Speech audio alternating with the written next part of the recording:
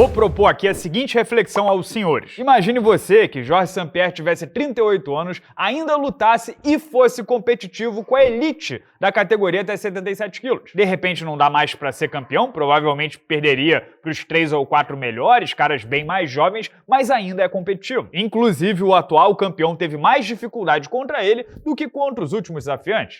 E esse mesmo GSP hipotético tem vitória sobre o 7º e o 8º do ranking. Imagina o Anderson Silva na mesma situação. Que tipo de lutas / adversários ele estaria pegando? Então, por que um par histórico desses caras, o maior campeão de uma categoria, um sujeito que já tá no Hall da Fama do UFC, tem tratamento absolutamente oposto? Eu tô falando, claro, sobre o José Aldo e a situação escrota em que ele se encontra no UFC. No meu exemplo, usei os lendários Anderson Silva e GSP, mas ainda que baixasse bastante a régua, não encontraria o tratamento que o Aldo vem recebendo. Por exemplo, Tony Ferguson, que foi só campeão interino e não tem capital histórico minimamente compatível. Mesmo sendo mais velho do que o Aldo, acumulando um caminhão de derrotas e não sendo competitivo, na reta final ele foi emparelhado com Bobby Green, Nate Diaz, Paddy Pimblett e Michael Chiesa. E aí, tem algum anônimo nessa lista? Alguém irrelevante? A resposta é não, são todos adversários conhecidos que agregam. Por mais que fosse sendo feito de gato e sapato, Ferguson foi recebendo adversários do mesmo patamar. Ele não tem no currículo gente que nunca fez barulho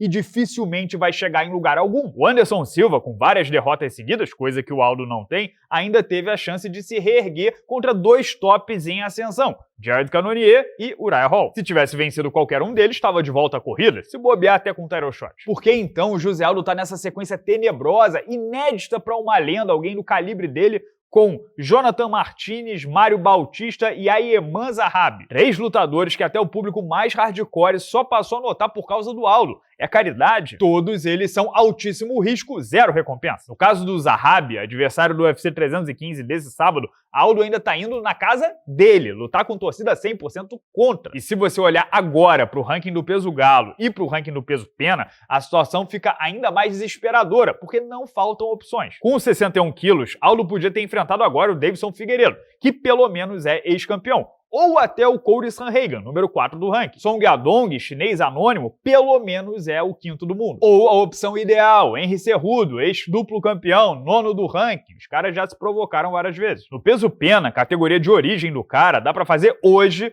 José Aldo contra Aljamain Sterling, ex-campeão dos galos. José Aldo contra Patrício Pitbull, uma luta que o fã de MMA quer ver há mais de 10 anos. Aldo contra o porradeiro quarentão Josh Emmett. Aldo contra o grappler Bryce Mitchell repercutiria bastante. Até o 14º do ranking dos penas é uma luta maravilhosa, o Dan Ige, que só faz lutão. O Aiemann Zahabi não conversa nem com o Dan Ige. A gente que tá aqui de fora então pergunta, nada disso foi oferecido? Nada disso foi pedido, negociado? A intenção é mesmo o cara gastar as últimas forças da maneira menos relevante possível? Confesso que nada disso estava fazendo sentido pra mim, porque o empresário do Aldo é o Dedé Pederneiras, um dos treinadores mais influentes, bem relacionados e cerebrais do esporte. A situação é tal que tem gente até me perguntando se o Aldo tá quebrado, perdeu tudo no tigrinho e tá desesperado por dinheiro. A resposta é não, ele tem uma vida financeira muito bem resolvida.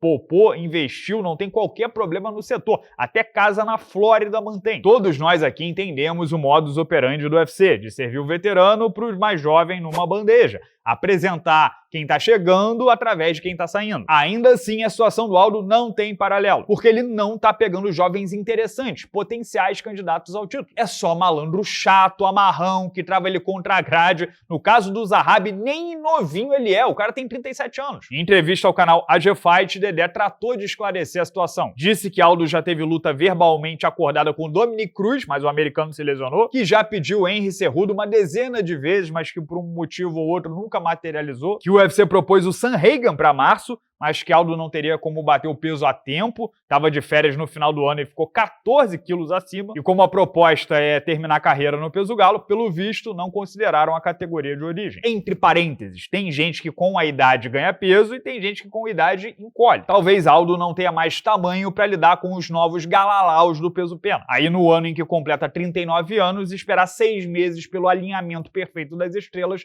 não é possível. Então acabaram aceitando o que tem para hoje, na esperança de que uma boa vitória, somada ao nome e à capacidade de chamar a atenção, faça Aldo furar a fila. Eu entendi o racional, mas vou problematizar um pouquinho. Com 14 quilos a mais, vai ser difícil furar qualquer fila, porque essas oportunidades geralmente aparecem de última hora. Só nessa concessão de fim de ano já perdeu a luta com o Sandhagen, quarto do ranking. Mas a situação pode sim ser o que o Dedé disse, uma sucessão de timings que não bateram. 3 rodadas de puro desencontro. De uma forma ou de outra, me entristece que Aldo sequer tenha a oportunidade de morrer pela espada, carregado no próprio escudo, passando a bola para o futuro campeão em desafio que ferva o sangue dos pagantes. Se perder no sábado, inclusive, é relevante a chance de aposentadoria pelas mãos de alguém com 0 vitórias sobre adversários ranqueados, que é mais conhecido por ser parecido com o repórter Ariel Helwani. Eu lamento, foi um dos melhores que já vi lutar. Esse desfecho não combina em nada com a carreira dele. Destoa ainda mais de todos os seus pares históricos. Aldo mesmo disse hoje na coletiva de imprensa que perdeu o gosto pela luta,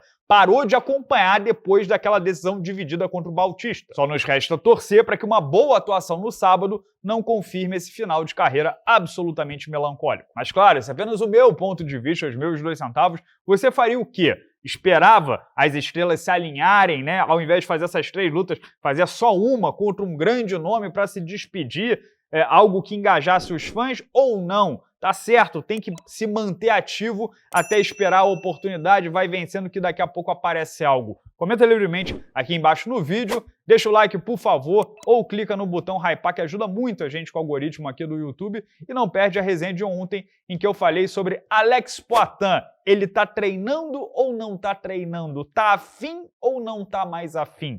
Clica no link aqui do lado que eu explico tudo. Grande abraço a todos, muito obrigado pela audiência de sempre e até amanhã.